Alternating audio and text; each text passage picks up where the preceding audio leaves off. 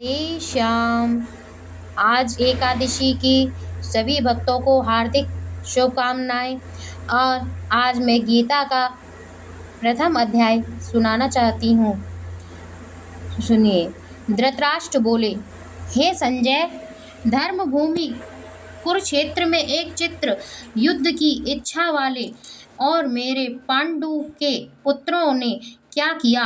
संजय बोले, उस समय राजा दुर्योधन ने व्यूह रचनायुक्त पांडवों की सेना को देखकर और द्रोणाचार्य के पास जाकर यह वचन कहा कि हे आचार्य, आपके बुद्धिमान शिष्य द्रुपद पुत्र धृष्टद्युम्न द्वारा व्यूहकार खड़ी की हुई पांडुपुत्रों की इस बड़ी भारी सेना को देखिए। इस सेना में बड़े बड़े धनुष वालों तथा युद्ध में भीम और अर्जुन के सामने शूरवीर सात्विक और विराट तथा महारथी राजा द्रुपद, धृष्टकेतु और चेकेतान तथा बलवान काशीराज पुरुषोर्जित, कुंती भोज और मनुष्यों में श्रेष्ठ शैब्य पराक्रमी युद्धामन्यु तथा बलवान उत्तम मोजा सुभद्रा पुत्र अभिमन्यु एवं द्रौपदी के 5 पुत्र, ये सभी महारथी हैं। हे ब्राह्मण श्रेष्ठ, अपने पक्ष में भी जो प्रधान है उनका आप समझ लीजिए। आपकी जानकारी के लिए मेरे सेना के जो सेनापति हैं उनको बतलाता हूँ। आप द्रोणाचार्य और पितामह के भीष्म तथा कर्ण और संग्राम विजय कृपाचार्य तथा वैसे ही अश्वत्थामा विकर्ण और सोमदंत का पुत्र भूरिश्रवा और भी मेरे लिए जीवन की आशा त्याग देने वाले बहुत से शूरवीर, अनेक प्रकार के शास्त्रों से सुसज्जित और सब के सब युद्ध में चतुर हैं। भीष्म पितामह द्वारा रक्षित हमारे वह सेना सब प्रकार से अजय है और भीम द्वारा रक्षित इन लोगों को यह सेना जीतने में सुगम है। इसलिए सब मोर्चों पर अपनी अपनी जगह स्थित रहते हुए आप लोग सभी निसंदेह भीष्म पितामह की है सब ओर से रक्षा करें। कौरवों में वृद्ध बड़े प्रतापी पितामह भीष्म ने उन दुर्योधन के हृदय में हर्ष उत्पन्न करते हुए उच्च स्वर से सिंह की दहाड़ के समान गरज कर शंख बजाया। इसके पश्चात शंख का और नगारे तथा ढोल मृदंग और नरसिंह आदि बाजे एक साथ ही बज उठे। उसका वह शब्द बड़ा भयंकर हुआ। इसके अंदर सफेद घोड़ा से युक्त उत्तम रथ में बैठकर श्री कृष्ण महाराज और अर्जुन ने भी अलौकिक शंखनाद बजाए। श्री कृष्ण महाराज ने पश्यजन नामक, अर्जुन ने देवदंत नामक और भयानक कर्म वाले भीष्म ने पौंड नामक महाशंख बजाया। कुंती पुत्र राजा युधिष्ठिर ने अंतर विजय नामक और नकुल और सहदेव ने सुघोष और मणिपुष्प नामक शंख को बजाया। श्रेष्ठ धनुष वाले काशीराज और महारथी शिखंडी एवं धृष्टद्युम्न तथा राजा विराट और अजय सात्यधिक राजा द्रुपद एवं द्रौपदी के 5 पुत्र और बड़ी भुजा वाले सुभद्रा पुत्र अभिमन्यु, इन सभी ने राजन सब ओर से अलग अलग शंख बजाने और उस भयानक शब्द ने आकाश और पृथ्वी को भी गुंजाते हुए धृतराष्ट्र के अर्थात आपने पक्ष वाले हृदय विदीर्ण कर दिए थे। हे राजन, इसके बाद कपिध्वज अर्जुन ने मोर्चा बांधकर डटे हुए धृतराष्ट्र संबंधियों को देखकर उस शस्त्र चलने की तैयारी के समय धनुष उठाकर हंसी के श्री कृष्ण महाराज जी से यह वचन कहा कि हे अक्षत, मैं रथों के दोनों सेनाओं के बीच में खड़ा हूँ और जब तक कि मैं युद्ध क्षेत्र में डटे हुए युद्ध के अभिलाषी इस विपक्षी योद्धाओं को भली प्रकार से देख लूं कि युद्ध रूप व्यापार में मुझे किन किन के साथ युद्ध करने योग्य है, तब तक उस खड़ा रखिएगा।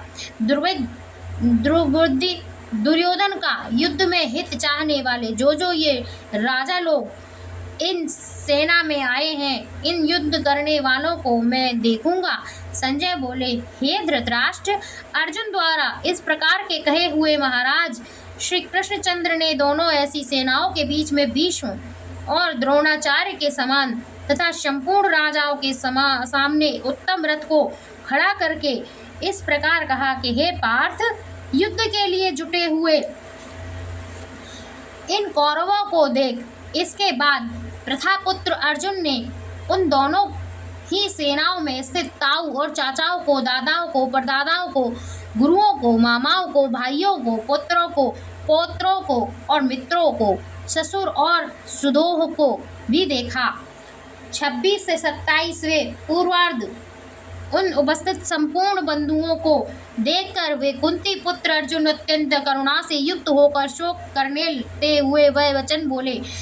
26वें को उत्तरार्ध और 27वें को पूर्वार्ध अर्जुन बोले, हे कृष्ण, युद्ध क्षेत्र में डटे हुए युद्धाभिलाषी इस स्वजन समुदाय को देखकर मेरे अंतर शिथिल हुआ जा रहा है और मुख सूखा जा रहा है तथा मेरे शरीर में कंपन और रोमांच हो रहा है।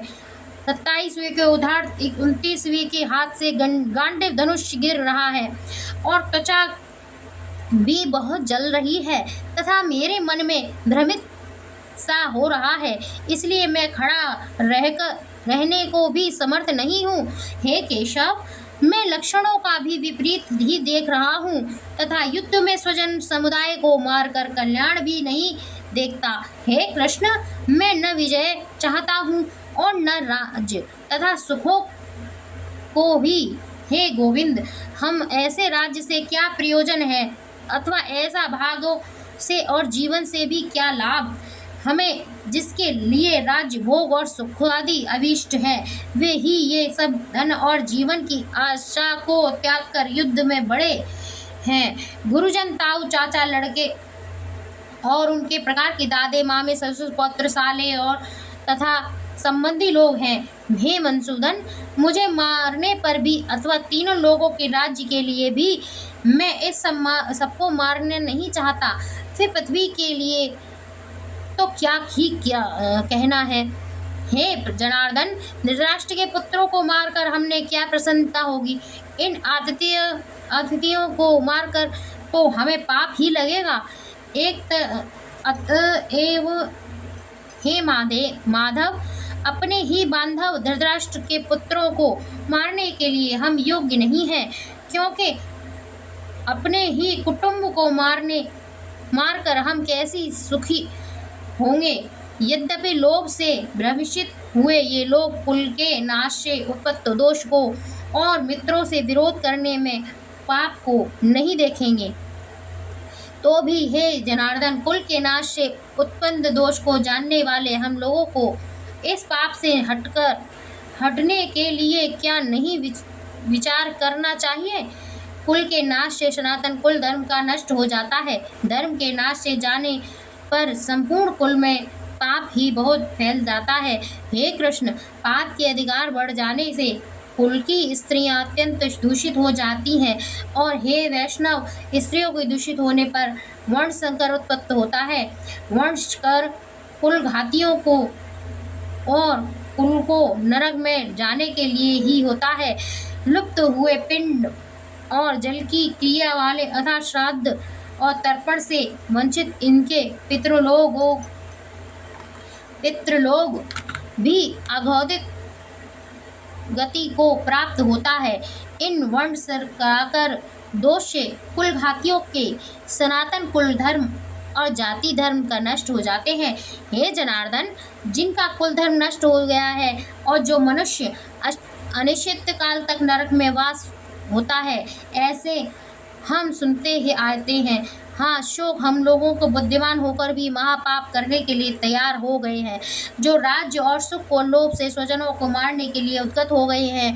यदि मैं शस्त्र रहित एवं सामना न करने वाले शस्त्र हाथ में लिए हुए धृतराष्ट्र के पुत्र रण में मार डाले तो वह मारने में भी मेरे लिए अधिक कल्याणकारक होगा। संजय बोले, रणभूमि में शोक से उद्विग्न मन वाले अर्जुन इस प्रकार कहकर बाण रहित बाण सहित धनुष को त्याग कर रथ के पिछले भाग में बैठ गया।